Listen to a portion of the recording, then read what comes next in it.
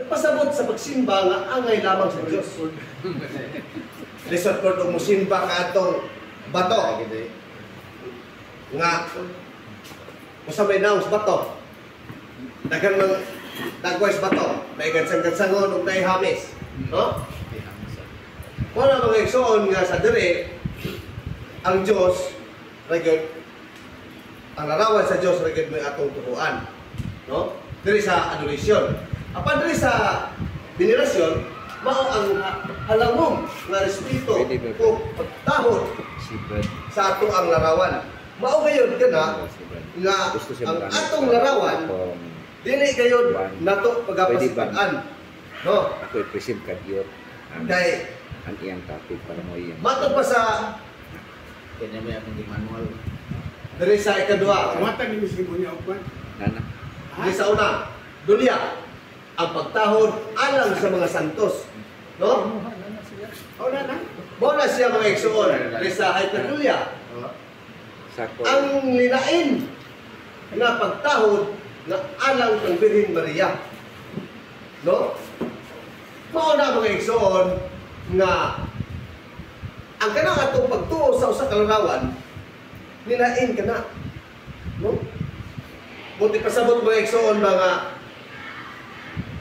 ato ning Presa ni Santos, no? Kini ato ning ilain diri mga igsoon. No? Mao kana mga igsoon nga dili lang kay mapareha sa uban nga di mo tuo og Santos o larawan puro sa pangatake sa tuang simbahan, no? Nga nagtatagaw bisag pare di ka ila, bisag pag nasutan ng pare di ka ila kay wa magatuo og larawan, no? Matod pa diri sa pagsupak nila sa Exodo 23:5.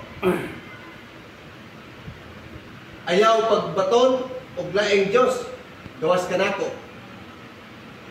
4.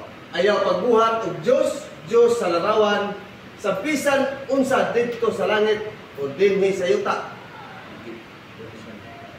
O diha sa tubig nga anaa ilalom sa yuta. Sa 5. Ayaw pagyukbo sa bisan unsang Dios ni magsimba niini. Kay ako ang Ginoo nga inyong Dios o abubuan ako. Tinuod bitaw na mga igsoon.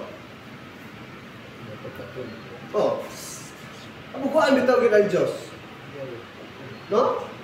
Pero unsa ba di ang atong ludhan? Kana ba di ang mga sungayan nga mga baka? Di ba? Dili man na mao.